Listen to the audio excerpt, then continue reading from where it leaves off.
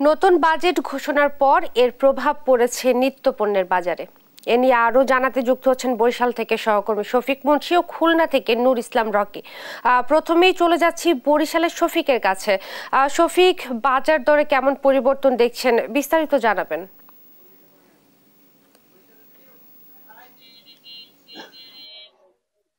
ইশরাত, আমার হাতে রয়েছে আসলে বাজারে প্রচলিত কয়েক ধরনের কার্বোরেটেড বেভারেজ, কোমল পানীয় এবং ফলের জুস জাতীয় কিছু পণ্য। গতকাল যে বাজেট আসলে পেশ করা হয়েছে, সেই বাজেটে কিন্তু এই পণ্যগুলোর দাম বৃদ্ধি পাবে বলেই আসলে বিষয়টি সামনে এসেছে। আমরা যেটা জানি যে এই পণ্যগুলো আসলে কয়েক বছর আগেও স্বাচ্ছন্দ্যমূলক আসলে পণ্য হিসেবে বিবেচিত হলেও এখন কিন্তু আসলে এগুলো একটা নিত্য প্রয়োজনীয় দ্রব্যাদির মতোই আসলে সামিল হয়েছে। কিন্তু এই জিনিসগুলোর আসলে দাম বেড়ে যাচ্ছে, একই সাথে কিন্তু আরো অন্যান্য অনেক নিত্য প্রয়োজনীয় দ্রব্যের দামও বেড়ে যাচ্ছে। তবে কিছু আশার কথা আসলে যেটা জানা গেছে যে চাল, ভোজ্য তেল এবং গুঁড়ো দুধের দামটা কিন্তু আসলে কমা শুরু করবে।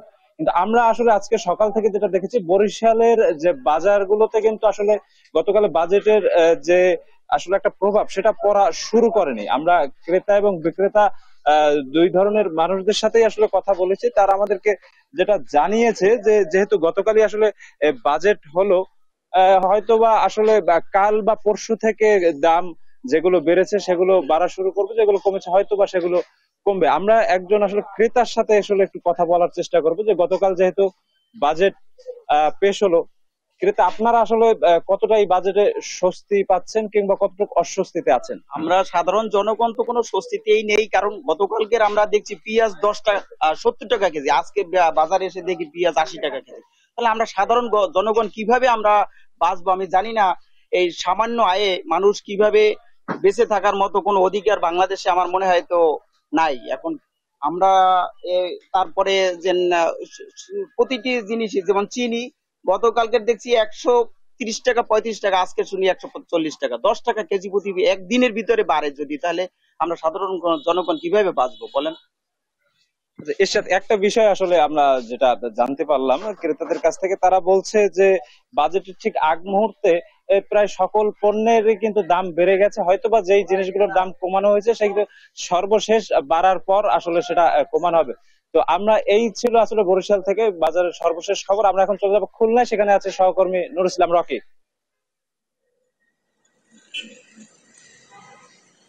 শফিক, খুলনায় কিন্তু বাজেটের পর আসলে যে দ্রব্যমূল্যের দাম এটার উপর প্রভাব পড়েছে।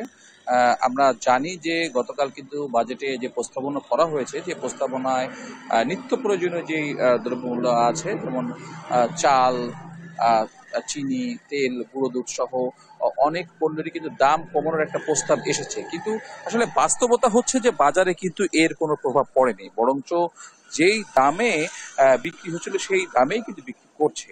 মানে এখানে বিষয়টা হচ্ছে যে দাম কমানোর কথা বললেও কিন্তু বা প্রস্তাবনা আসলেও দাম কমানোর উপর কোনো প্রভাব পড়েনি। পাশাপাশি যদি আমরা একটু বলতে চাই যে যেসব পণ্যের দাম বাড়ার প্রস্তাবনা এসেছে, যেমন আপনার দেশি ফ্রিজ, এসি, সিগারেট, আপনার 250 সিসির উপর যে মোটরসাইকেল, বিদেশি পানির যে ফিল্টার, এইগুলোর কিন্তু দাম আসলে বেড়ে গেছে। আর খুলনাতে কিন্তু প্রচন্ড গুমোট গরম, এসি এবং টিভি ফ্রিজের যারা ব্যবসা করে তাদের আসলে পোয়া 12 হয়ে গিয়েছে এই বাজেটে দেশীয় পণ্যের ফ্রিজ এবং এসির দাম বৃদ্ধির কারণে। প্রথমত যে প্রচন্ড গরমে তারা আসলে দাম বাড়িয়েছিল, এরপরে যে বাজেটের মাধ্যমে যে দাম বাড়ানোর প্রস্তাবনা এসেছে তাতে করে কিন্তু তারা এই যে সুযোগটা নিচ্ছে, এতে করে আসলে যারা খেটে খাওয়া মানুষ, মধ্যবিত্ত মানুষ, তারা কিন্তু খুবই বিপাকে পড়ে গেছে।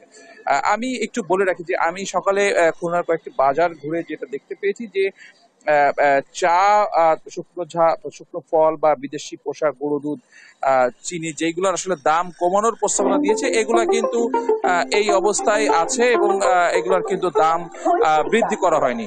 আমি একটু বলে রাখি যে চিনি কিন্তু খুচরা বাজারে 140 থেকে 45 টাকা করে এখনো বিক্রি হচ্ছে, কোথাও কোথাও 135 পাওয়া যাচ্ছে। কিন্তু আসলে ব্যবসায়ীরা বলছে যে যেহেতু চিনির আগের মূল্যে কেনা, যার কারণে আসলে তারা ইচ্ছা করলেই কিন্তু চিনির মূল্য আসলে কমাতে পারছে না। হ্যাঁ, তো পাশাপাশি এই যে আপনার ইলেকট্রনিক যে বিষয়গুলো, যেমন আপনার টিভি ফ্রিজের উপর একটা ব্যাপক প্রভাব পড়েছে, এবং যে খাদ্যমূল্য আপনার মনে করেন আইসক্রিম বলতে পারি বা সিগারেট বলতে পারি, এইটার দাম বাড়ানোর যে প্রস্তাবনা দেওয়ার সাথে সাথেই কিন্তু ক্ষুদ্র ব্যবসায়ী, মাঝারি ব্যবসায়ী তারা কিন্তু এসব পণ্যের দাম বাড়িয়ে দিয়েছে।